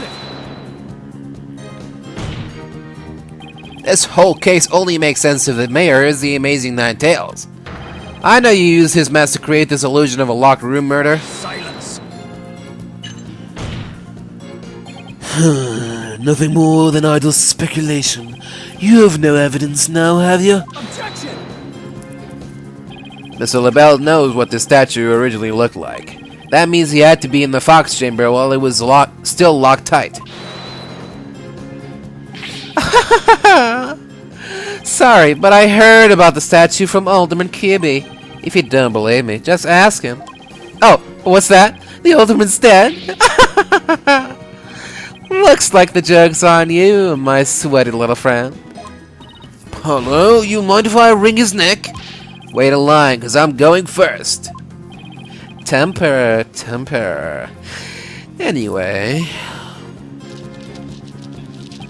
the mayor would never admit such utter nonsense. Hold it! The only nonsense here in this court is you and your assertions. Tisk. Such anger is terrible for the skin, you know. Beauty is like a flower that blooms forth from a serene heart. Excuse me? I wouldn't expect a wilted peasant like you to understand. Perhaps this fragrance will help the blossom within you bloom. You liked that, didn't you? Enough jabbering about blossoms and whatnot. Get on with your testimony before I slice you into a bouquet of cut flowers. Oh dear, please excuse me. As I was saying, the assertion of our wilted attorney here is utter nonsense. But if he did admit such nonsense, Hold it! you'd be arrested, wouldn't you? Yes, it's true. I would be sacrificed upon the altar of justice despite my innocence. But what a terrible loss that would be for the future of humankind's cosmetic needs. It is a tragedy that must be averted. Defend me if you understand this. Silence! The only terrible loss is the time wasted by your ceaseless yammering. If you would avert the tragedy awaiting you in that vexing visage of yours, then... Yes, I know. Get on with my testimony. Anyhow, suffice to say, should the mayor admit to the defense's nonsense, I will make good on my threat and... I will expose the truth behind Tenma right here and now. Hold it! And just how did you learn of this so-called truth behind Tenma? Alderman Kibi told me all about it. The secret of the Forbidden Chamber and the truth behind Tenma. Why would he share secrets like that with you, Mr. LaBelle? Because of the Alderman's wife? I was looking after her while she was hospitalized. He appreciated it so much, he shared the secrets with me. Wait, did he threaten the Alderman in addition to the mayor? Don't tell me that's how he learned how to open the Forbidden Chamber. Needless to say, I'm not above revealing the truth behind Tenma. And that would bring him ruin. And that would bring ruin upon Ninetales Vale, just as the superstitions say. Hold it! Do not gaze upon Tenma. Do not tell others if you see him. Isn't that what the village superstitions say? Exactly. Telling others what Tenma looks like would reveal the truth. That's why the superstitions weren't written down in the first place. And ruin coming to the village if you free him. Is that a warning not to expose the truth? Bingo! And that truth is, Tenma is a great, greed-inspiring fortune. That's what the whole battle over Ninetales Vale is all about. Tenma is great fortune. Come to think of it. Only that it is the greatest get-rich-quick chance in the universe. Grandpappy told me all about it. Said there's an amazing treasure in there. Could Tenma actually be...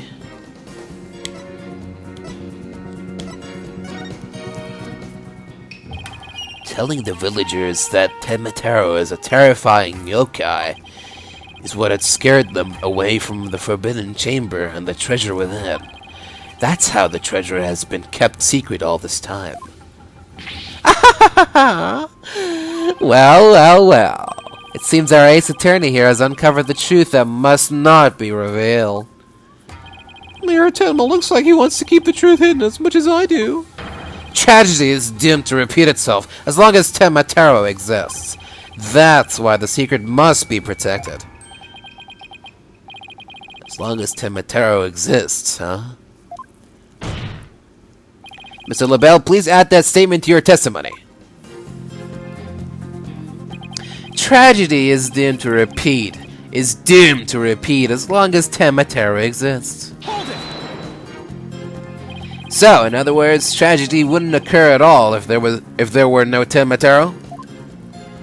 Yes, I suppose so, but that's wishful. This is LaBelle. Yes. You don't say. As long as Tenma exists, huh? How's the mayor supposed to admit to his secret identity now? Well, we have to find a way to make him say it, or our entire case unravels. There must be a hole in LaBelle's testimony somewhere.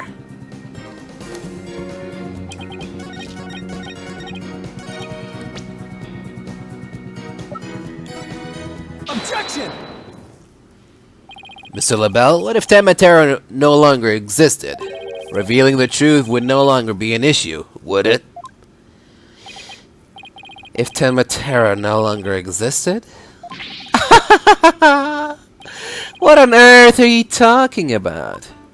Oh, Apparently you haven't heard. Taro no longer exists. But I guess he didn't get to do a thorough search after the key was taken from you. Because when we searched the Forbidden Chamber, there wasn't any treasure there. Really? Well, maybe you weren't looking in the right place. Sorry, but I have proof that Taro no longer exists. Take a look at this figure. What do we have here? Is that some sort of creature? We found this in the Forbidden Chamber. It's an Azuki Kozo figure. The great thief Azuki Kozo used to leave them at the scene of his crimes. Are you suggesting that the Taro has been stolen? Yep. Phineas Filch's grandfather, a master thief, was the culprit. And by that hideous, moronic caretaker's grandfather, no less.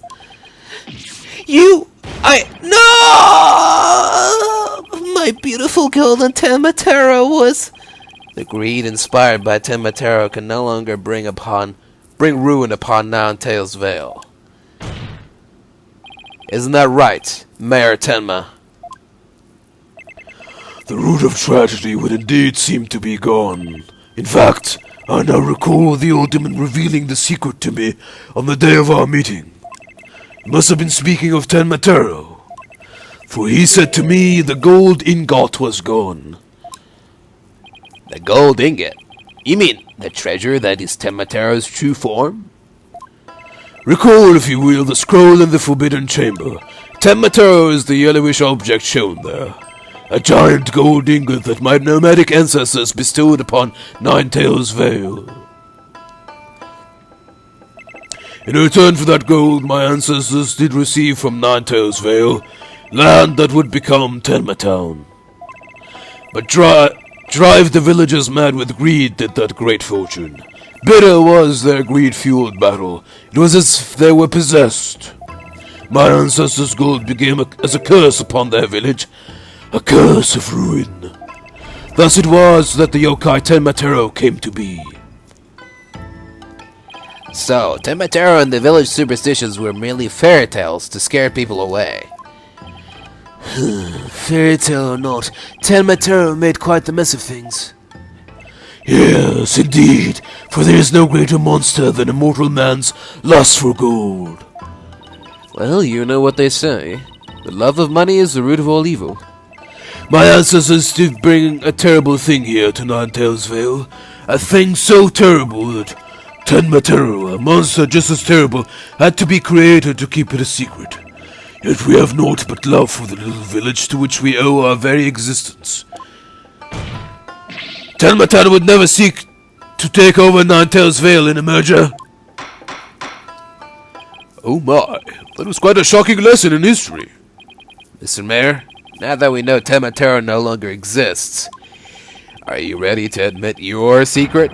You are the amazing Ninetales, aren't you? No, don't do it. Please, no.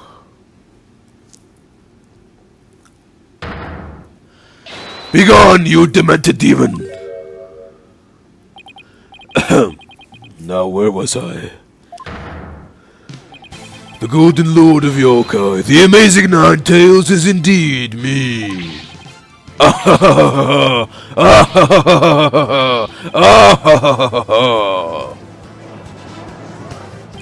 And that means... Jinxie! Yes? The man wearing the mayor's clothes who you saw collapse in the Fox Chamber. Was he wearing the amazing Ninetales' mask? Uh-huh. That's what made me think it was Papa. He said he was going to reveal his secret identity to all the Demonkind that day, so it really wasn't Papa I saw there, was it? It was Florent's idea from the start. He advised me to reveal my secret identity to the Alderman. Yeesh, Rube Goldberg machines have less elaborate setups than LaBelle's scheme. You may rest easy now, little Jinxie. That monster's deception is through. Ka-ka-ka-ka-ka! The true facts behind this case have finally come to light. Mayor Tenma did not kill Alderman Kibi, but Florent LaBelle did. How dare you, peasant! No!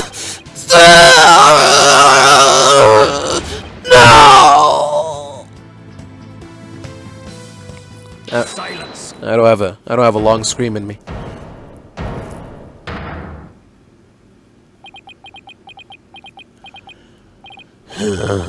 Justice Dono. You should at least have a real blade in your hands if you desire to cross swords with me. Or have you mistaken this battlefield for a training ground? What's this guy want now? Evidence is like a razor-sharp blade that cuts through bone as though it were butter. But you have only blind guesses, a dull blade incapable of cutting even a cake. Here's you there, Mr. Justice. After all, evidence is everything in a court of law. But they're right. Let's see some evidence. Of course, a perfect being like me wouldn't leave any incriminating evidence behind. This is the final battle. Just as a samurai must live and die by the sword, you will live or die by the evidence you hold. My swift blade of judgment awaits. Now present your conclusive evidence, or don't you have any? Oh, crud. Do I have anything conclusive? Evidence? Oh, I have evidence. You do? Of course. It's just the conclusive evidence we need, too. I'm gonna finally prove Mayor Tenma innocent. Here comes justice.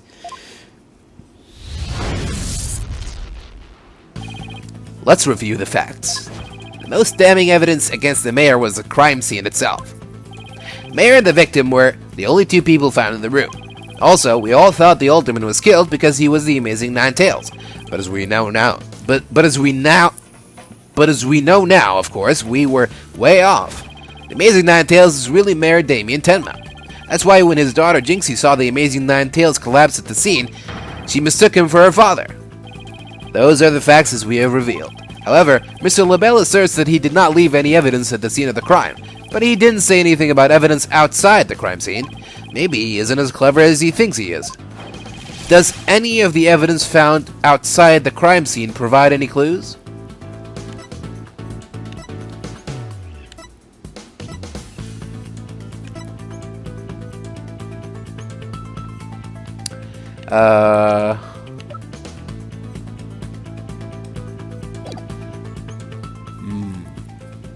I mean, the hand cream seems obvious, but you can't really prove that it was dropped from the same place it was taken in. So, I think the fact now that we know that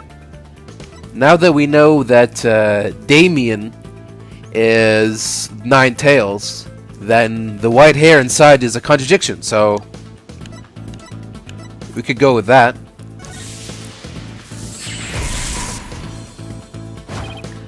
Oh, I know. The Amazing Nine Tails' mask. It was found washed up along the river.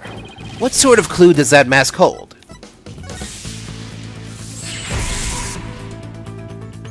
And what about the hair left in the mask? Who does it belong to?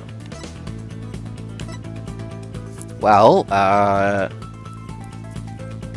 it has to belong to him.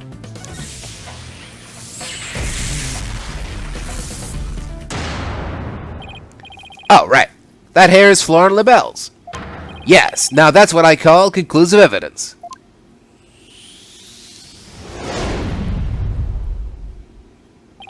Well, Mr. Justice, do you have any conclusive evidence to present to this court? Of course I do. Observe this mask, if you will. That mask? How is that conclusive evidence? It's not the mask itself, but the white hair inside it. We originally thought it belonged to Alderman Rex Kyubi. Yes, but the Amazing Nine Tails, as we now know, is Mayor Tenma, so... That is correct. So, the question is, whose hair could this be? And the answer to that is the last person to have worn it before it was discarded. That would be you, Mr. Florent LaBelle. What are you talking about? I've never had a hideous white hair like that. Silence. It would appear your coup de grace failed to hit its mark.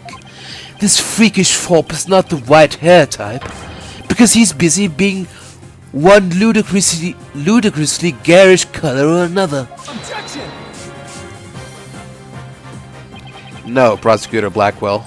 It's you who has made a fatal error. What? Remember where this mask was found? It washed up by the side of the river. With that in mind, this last piece of evidence will solve all of the remaining riddles.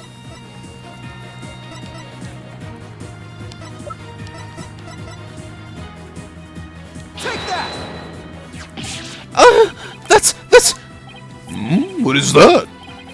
This is Mr. LaBelle's own private brand of hair color. It washes out with just water. The court will also recall that the amazing Ninetales' mask washed up along the side of the village river with white hair inside it. What's this? Are you saying that breeding peacock's hair colors? That's exactly what I'm saying.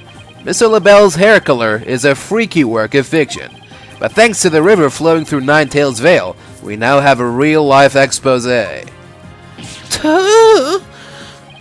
white hair in the mask is conclusive evidence proving you're the real killer. A DNA test is all we need to prove it, and we both know we'll get a match. Admit it! Florin LaBelle, you were the one who killed Alderman Rex Kibbe! You peasant! How dare you! Ah! You profane my beauty like a bug on a discriminated like a way alderman. Ah! No, my makeup! I can't do it. It's the best I can do. Didn't expect a... Oh? I didn't expect a rap song at the end there. You profane my beauty like a bug on a rose. I'm gonna exterminate you like I did the alderman. Okay.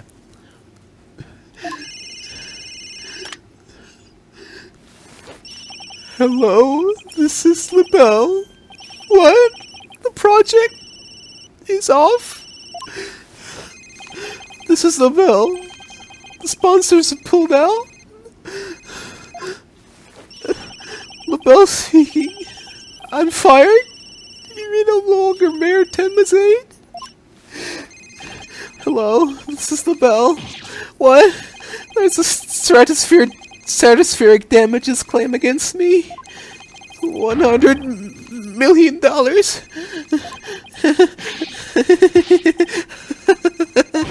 I'm finished! Washed up! Stick a fork in me, I'm done!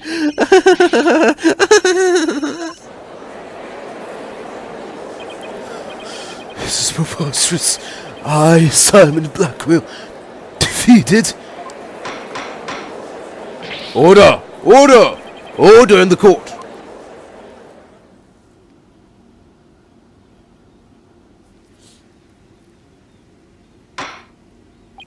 Well, this is quite the unexpected outcome. I must hand it to you, Mr. Justice. You really turned this case on its head, just like that other lawyer, Felix Wright. Wait, that was a compliment, right?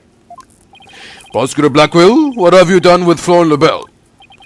The defaced man has withered like a flower without water. One of the officers is currently tending to him with a sprinkler. Wouldn't that just wash even more of his makeup off? Allow me to explain the actions of the guilty party in detail. The motive, of course, was to steal the gold ingot known as Taro. However, few are allowed into the manor due to its cultural ties to Ninetales Vale.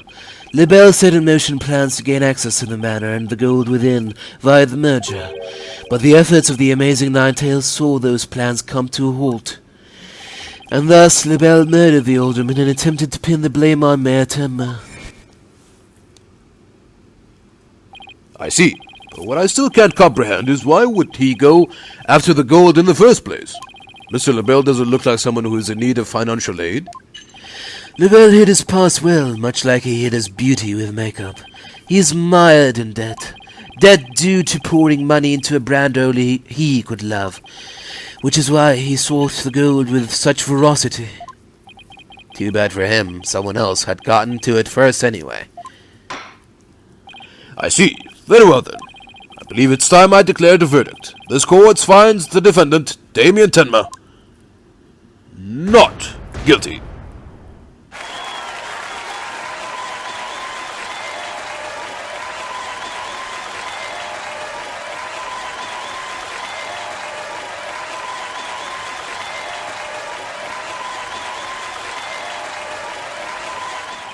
Court is adjourned.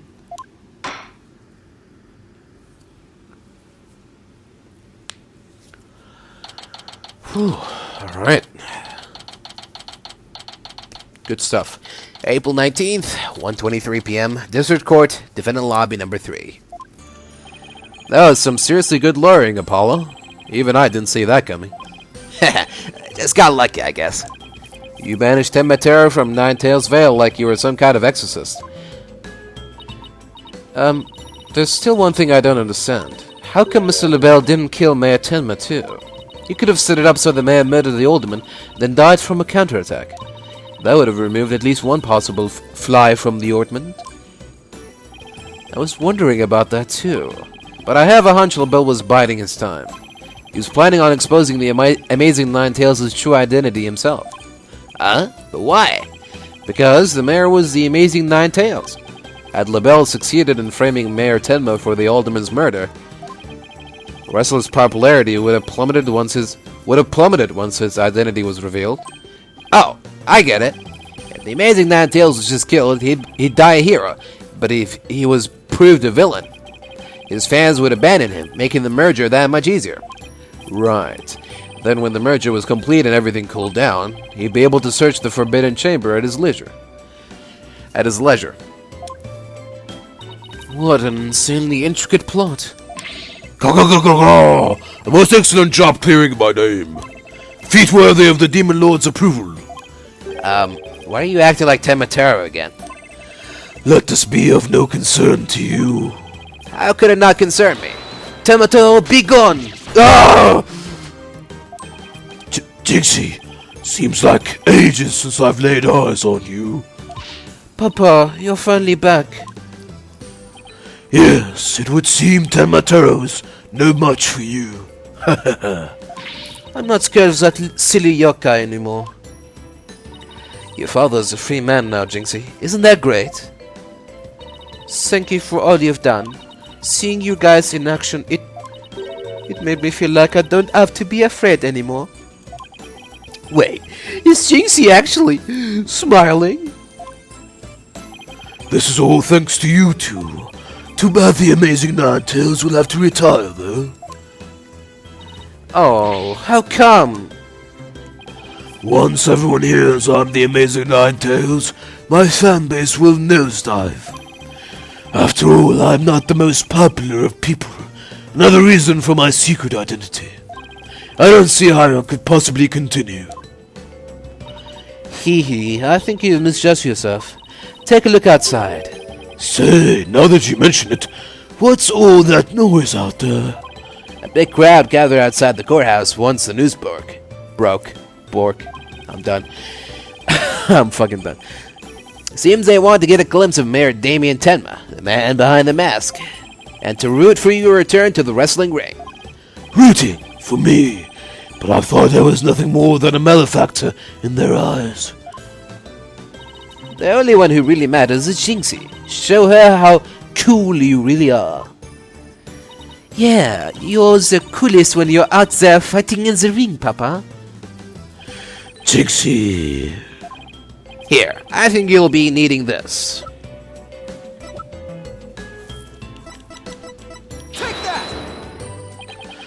Thank you. Now, if you would excuse me. I don't want to keep my fans waiting.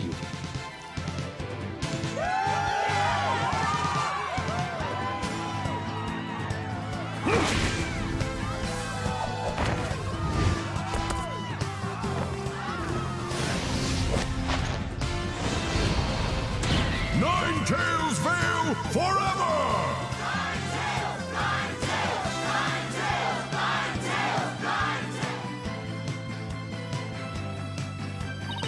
I sure hope they can settle the problems between Tenma Town and Ninetales Vale. Me too. I'm sure they'll be fine. After all, the blackmailer slash killer is behind bars, and the merger is no longer an issue. Plus, the Amazing Ninetales is obviously still a hit, and I suspect Ninetales Vale will be too. And it's all because we believed in our client. Just like you said. Okay, people, now that we've got that one in the bag, let's go get something to eat. I'm starving. Sounds good. I've been so nervous I haven't eaten since yesterday. Better keep eating, Apollo. Or you might have to start looking up at me. I'm definitely past my growth phase. You should be about past yours too. Are you kidding me? I'm just getting started. Ready or not, it's face stuffing time. Keep eating like that, and the only direction it'll grow is sideways. Very funny. But I've got a hollow leg. I can eat as much as I want without gaining an ounce. Really? Wow, I can't wait to see this. Calories? Ha! Just let him try to stick on me. Alright, already, you two. Let's get going before the old man closes shop. The old dude's noodles isn't an all-night stand, you know.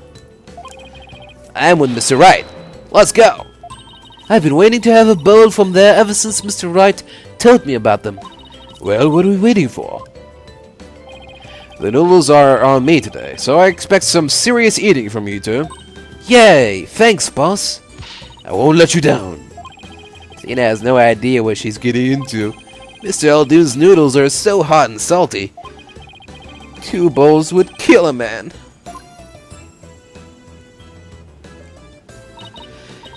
That was our first case together.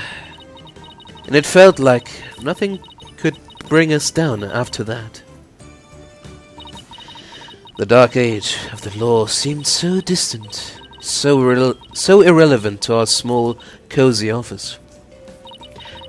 But little did I know that it had been lurking all along, right there behind us.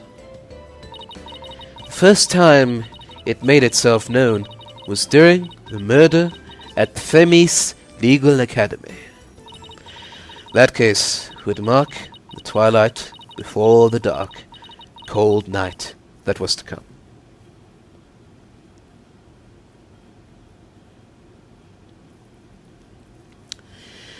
The end.